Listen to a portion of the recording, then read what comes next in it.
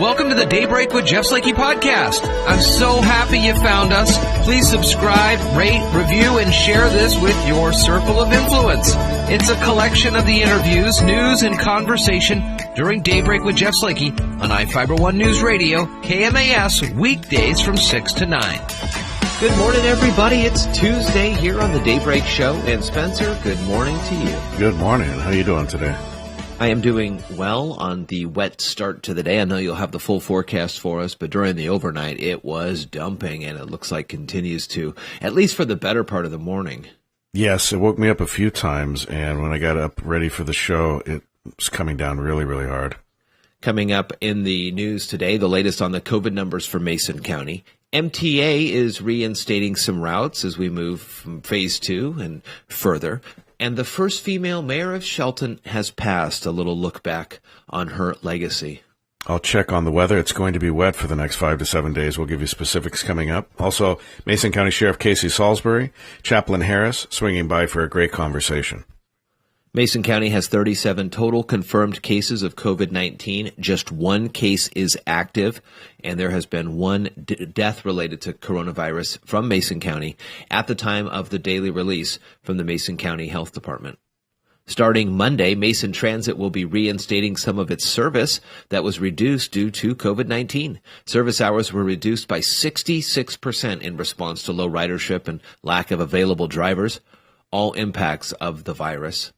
General Manager Danette Brandon says people were not using public transportation due to the stay-at-home order. MTA has incorporated social distancing practices that include limiting passengers on vehicles and rear door boarding and off-boarding. The agency will continue to be fare-free out of county through at least the end of June. When riding, MTA asks that riders wear a face covering and not to ride if experiencing any COVID-19 symptoms. Some of the service that will be reinstated on June 15th coming up here. Route 6 to and from Olympia, included there is a stop at the Little Creek Casino. Also, the Zipper Route. Zipper Route will help more frequency within Shelton as folks are heading up and down the hills. Dial-A-Ride is also available. Check out MTA's website for more detailed information. We send our condolences to the Jaros family and hope that all of us together can honor Joyce Jaros' memory and countless contributions to Shelton. Joyce Jaros served as mayor of Shelton from 1980 to 1995. Mayor Jaros was Shelton's longest-serving mayor and our first female mayor. Throughout her life, Joyce remained consistently dedicated to making Shelton the best place it could possibly be. She employed a tremendous amount of foresight, dedication, and commitment towards the city and all who live and work here. Joyce led Shelton through financial problems with a consistent mantra: we will get through this. She is responsible for public improvements to the Civic Center, the William G. Reed Library, Railroad Avenue, and Olympic Highway North, which led to the growth of Wallace Nealon Boulevard. During Mayor Jaros' tenure, Shelton also established sister city relationships with Tulsi, Latvia, and Sanya, Taiwan. Joyce ran city commission meetings like a chairman of the board, said former city manager Mike McCarty. She was always polite to all who spoke, yet also firm if the situation called for it.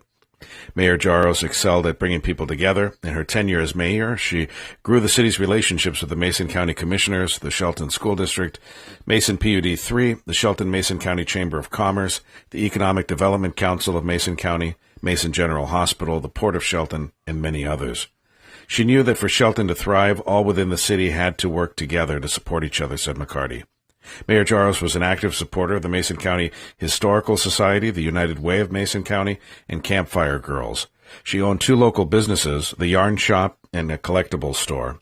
After her time serving as mayor, Joyce worked for an additional 5 years as an assistant in the Mason County Clerk's office. Today is the day at Shelton High School for pickup of medications, homework, yearbooks, projects, stuff in your lockers, soccer orders, senior portfolios, including the honor cords and your science binders. Now, this is for Shelton High School, starts at 9 a.m., goes until 7 p.m., and please check with your specific school for pickup times. And speaking of school and seniors, our senior shout-out hotline continues on. Got a good one in from Sheriff Salisbury yesterday. 360-426-1030. Press 0. Leave your message to a graduating senior. More Daybreak Show is coming up. Good morning to you. From the I-Fiber News Radio studios, you're listening to Daybreak. Well, good morning, everybody. Jeff Slakey and Spencer Hughes on the Daybreak Show. On the phone line, we have the Mason County Sheriff Casey Salisbury, Chaplain Joel Harris, as well as we have our Sheriff Sit Down presented by the great folks at our Community Credit Union. Good morning, guys.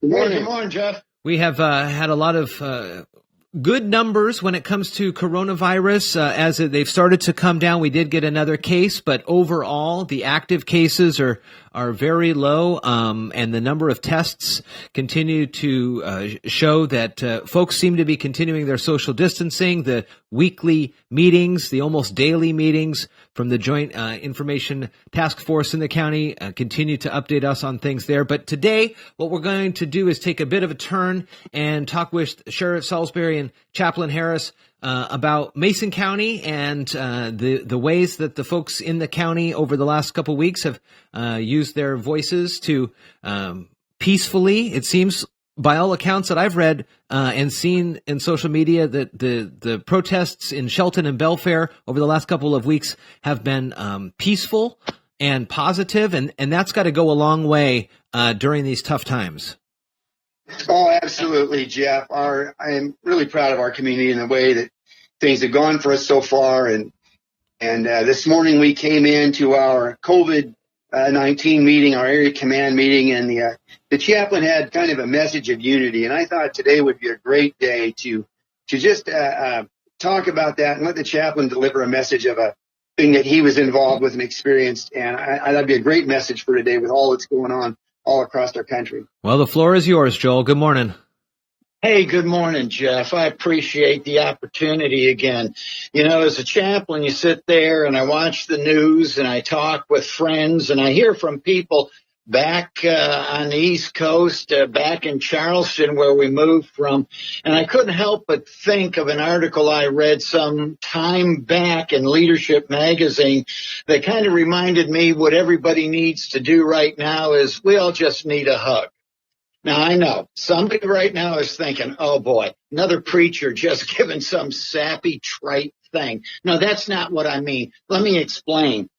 The article that I read some time back was about a woman who'd been offered a promising position in Alaska. She was from Vancouver, British Columbia. Not having a lot, she decided to move herself, so she rented a little U-Haul and decided, of all things, late in the summertime, to drive alone up the Alcan. Anybody that's done that knows what a trip that can be. Well, never having been told that you don't travel the Alcan alone in a rundown Honda Civic pulling a U-Haul, she set off for places where only four-wheel drives normally venture. The first evening, she found a room at a roadside motel in the mountains and left a wake-up call for 5 a.m. so she could get an early start, only to wake up and find the mountain enshrouded with fog. Still, she was determined to get up and went down to breakfast. The only other travelers awake were two truck drivers who invited her to join them. Where are you headed? One of the truckers asked. Whitehorse. In that outfit? Are you kidding us? No way. This pass is dangerous in weather like this.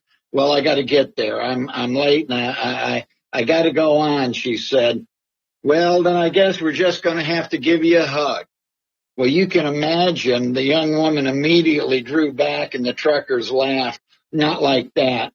We'll put one truck in front of you and one in the rear, and that way we'll get you through the mountains. All that foggy morning, that lady just followed two red dots in front of her, reassured by the bright beams of the big escort behind as they made their way safely through the mountains. When I thought about that, Jeff, I thought about an experience that I was part of. And it happened 5 years ago. 5 years ago, Memorial Day, I was sitting next to a man who was well known and one of the best pastors I'd known by the name of Clementa Pinckney, as we together were part of a memorial service remembering the very first Memorial Day service in Charleston, South Carolina, 150 years earlier. And after that, Dr. Pinckney, who was the pastor of the Emmanuel AME Church, invited me to come speak at their anniversary service later that fall. 6 weeks later, while I was in Florida at a conference, I woke up in the morning to the shock of the killing of Dr. Pinckney and several members of the Emmanuel Church by a young man who had been radicalized. As the shock wore off the community, some may even remember in the news, I saw something that never made me so proud of a community in my life. And that was when the community of Charleston, without fanfare, without anxiety, came together. And at one point, thousands of people from every economic, every ethnic, every religious background literally linked hands and stood across the Ravenel Peace Bridge together as a sign of community unity. It occurs to me that right now it becomes way too easy to misplace our focus onto the multitude of differences that divide us rather than the people who complete us. Experience has taught me that most of the time what folks want is simply a listening ear and an encouraging word. Someone to say, I'll have your back.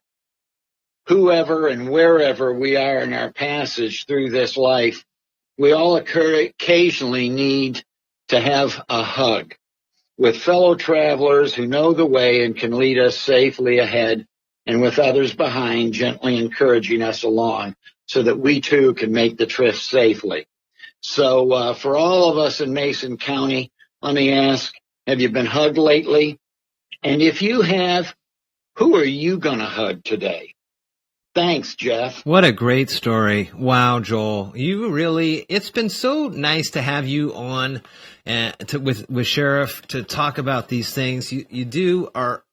Your ability to encapsulate things so succinctly in great messages.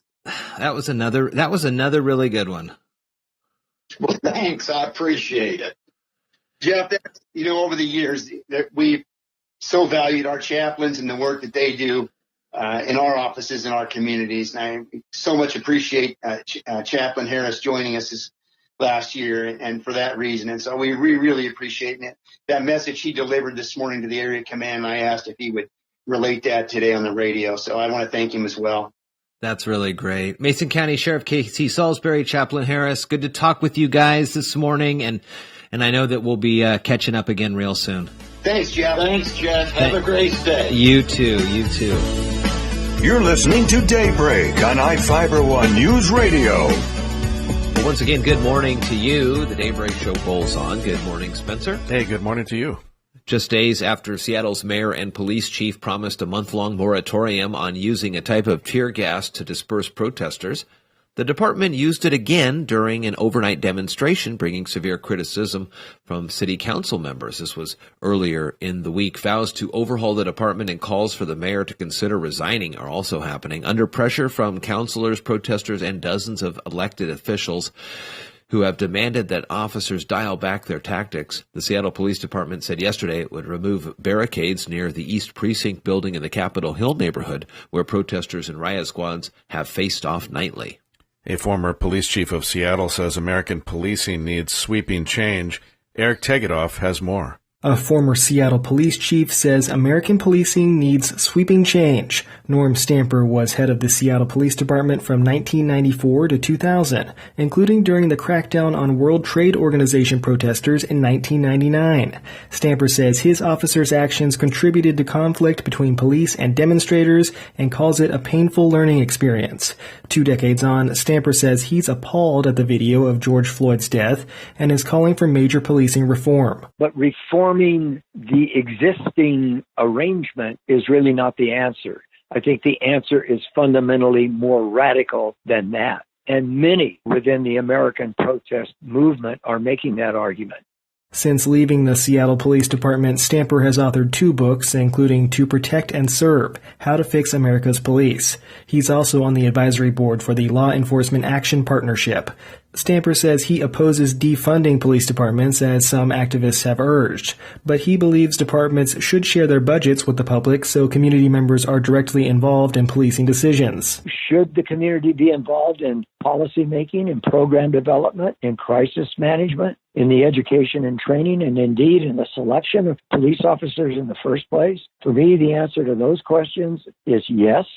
Stamper says citizen boards also should be involved in personnel investigations and oversight of policies and practices. He says the increased transparency would provide greater trust with the public.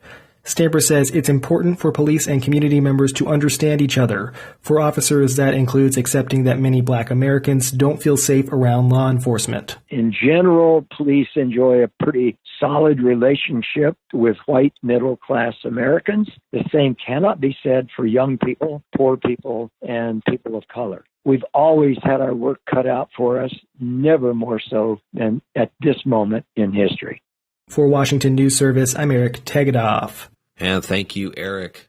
The State Attorney General's office has been granting concurrent jurisdiction in the investigation into the death of a Black man who died in Tacoma police custody. News outlets report that the move by Pierce County prosecuting attorney Mary Robnett yesterday allows A.G. Ferguson's office to review Manuel Ellis's March death.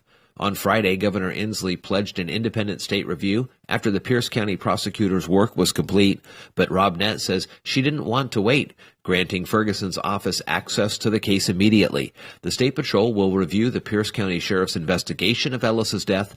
Ferguson's office determine whether any different charges decisions may need to be made by the AG. A farm workers union has sued 2 Washington state agencies over rules that would allow workers to sleep in close quarters on bunk beds during the ongoing coronavirus pandemic. Tri-City Herald reported the lawsuit filed last week by Familias Unidas por la Justicia seeks to repeal parts of rules adopted by the Department of Labor and Industries and the Department of Health. The rules allow farm operators to avoid restrictions on bed spacing and dormitory-style housing by establishing groups of up to 15 workers who are kept separate from other workers. The union says the regulations are contrary to scientific evidence. And college football is scheduled to kick off in less than 3 months. Plenty of reasons to be hopeful that games will be played Labor Day weekend. Universities across the country are taking the first cautious, detailed steps towards playing football in a pandemic. They are trying to build virus-free bubbles around their teams as players begin voluntary workouts. Thousands of athletes will be tested for COVID-19, though not all. Some players are back at it this week. Others will wait a few more weeks. And when we find out what happens with Wazoo Cougar football, Gonzaga men's basketball, even the Seattle Mariners and the Seahawks, we will have that on the air for you as best and as soon and as often as we can. More Daybreak Show on this Tuesday rolls on. From the iFiber One News Radio studios, you're listening to Daybreak. It's Spencer Hughes with Jeff Slakey on a Tuesday Daybreak. Thanks a lot for listening here. It's National Call Your Doctor Day. It's scheduled on the second Tuesday of June, which is today, and is a reminder for young women to schedule their annual Well Woman exam. But we're going to expand on this a little bit to include everyone. Making this day halfway through the year holds significance because so many women delay their routine care, often placing the priorities of work, family members, or other obligations before their health. Women overlook the simple phone call that may save their life. According to a survey done in 2015 by ZocDoc, 80% of Americans delay or forego preventative care. The number increases to 93% when surveying millennials. So this is a day where women are encouraged to make an appointment with their doctor and keep it, placing a priority on staying healthy so they can continue to meet those important obligations in the future. It only takes a few minutes. Make that appointment and commit to the annual exam. And now you don't even really have to pick up the phone, do you? With many clinics and hospitals and physician practices, you can set up an appointment online, quickly and securely. It's the beauty of telehealth and telemedicine, right? Bright Pink, a women's health nonprofit, founded National Call Your Doctor Day on June 21st, 2016 to encourage young women to schedule their annual Well Woman exam. A year later, in 2017, the registrar at National Day Calendar proclaimed the day to be observed on the second Tuesday in June every year. So why don't people go to the doctor? Why don't they schedule these exams every year? We know we need them, women and men. Some people can't remember the last time they had a doctor's appointment. And that's great if they're always healthy, but we still need these wellness checks. Even if you're generally in good health, you still need to be seen by a doctor at least once a year. Well, I decided to look it up. The main reasons why people don't go to the doctor. One is they don't understand their health risks or know about the benefits of preventive care. I mean, think about it. People day to day are probably in pretty good health. They may not see the point in going to a doctor. Some people will insist on going years, sometimes decades, without seeing a doctor. Most of us don't realize that regular preventive care is actually one of the best ways to stay healthy. Preventive care promotes better health by empowering patients, making it valuable for everyone, regardless of their state of health.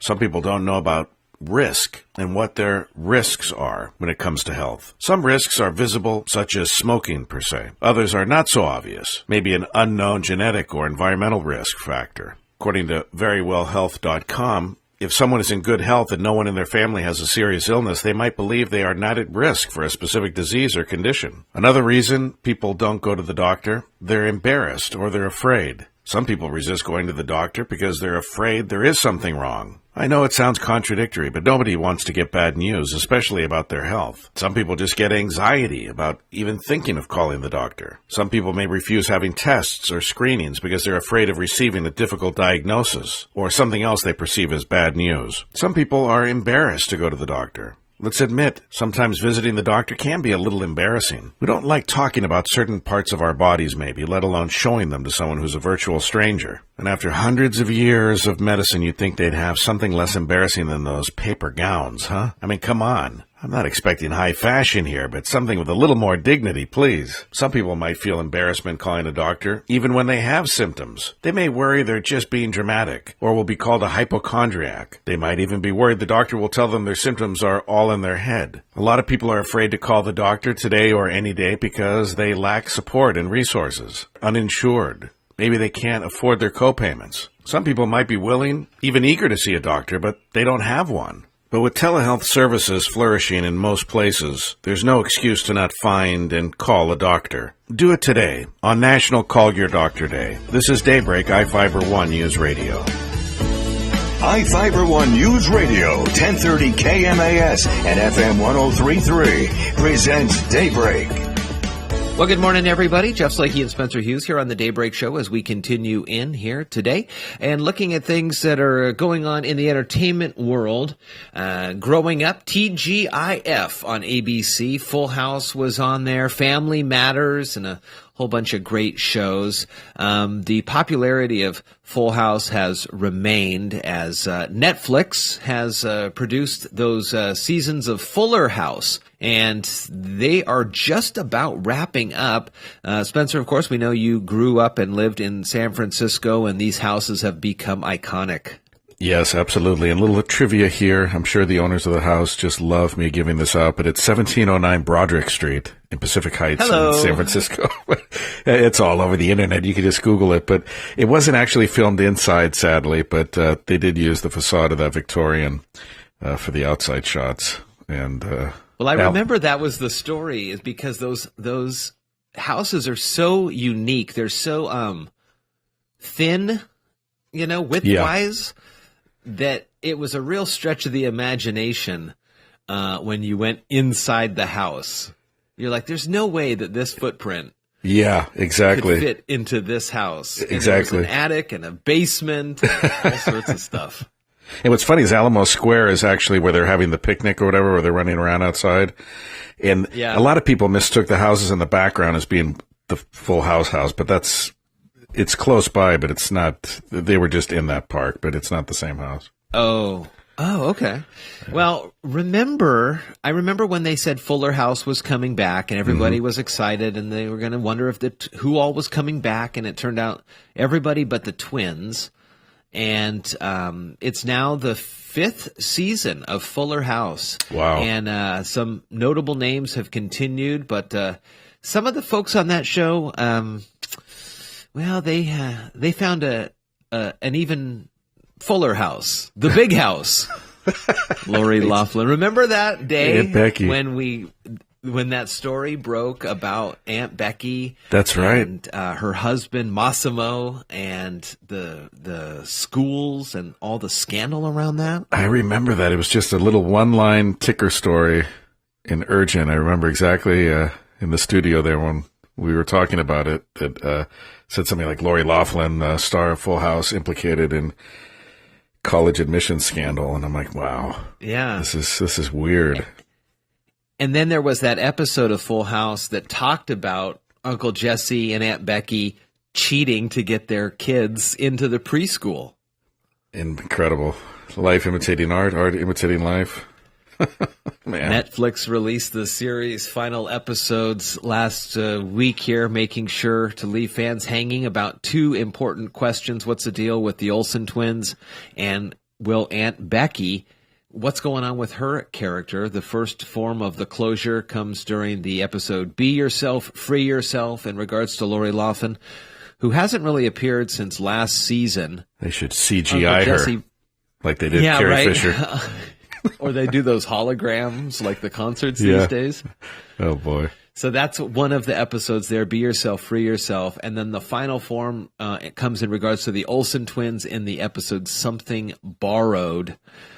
So that's what's going on there. You can catch up with all the Tanner clan on those Full House episodes. The original was on from 87 until 1995. I do remember that show, and TGI, remember that with Urkel and... Yeah, it was a fun show. You know, it was the kind of the wacky kind of comedy and the predicaments they always got themselves in and out of in 30 minutes. But it was a great show for the late 80s, early 90s. Now, more Daybreak Show is coming up. Good morning to you. Thank you so much for listening to today's Daybreak with Jeff Slakey podcast. Again, I'm so happy and honored you found us and chose to listen. Please subscribe, rate, review, and share this with your circle of influence.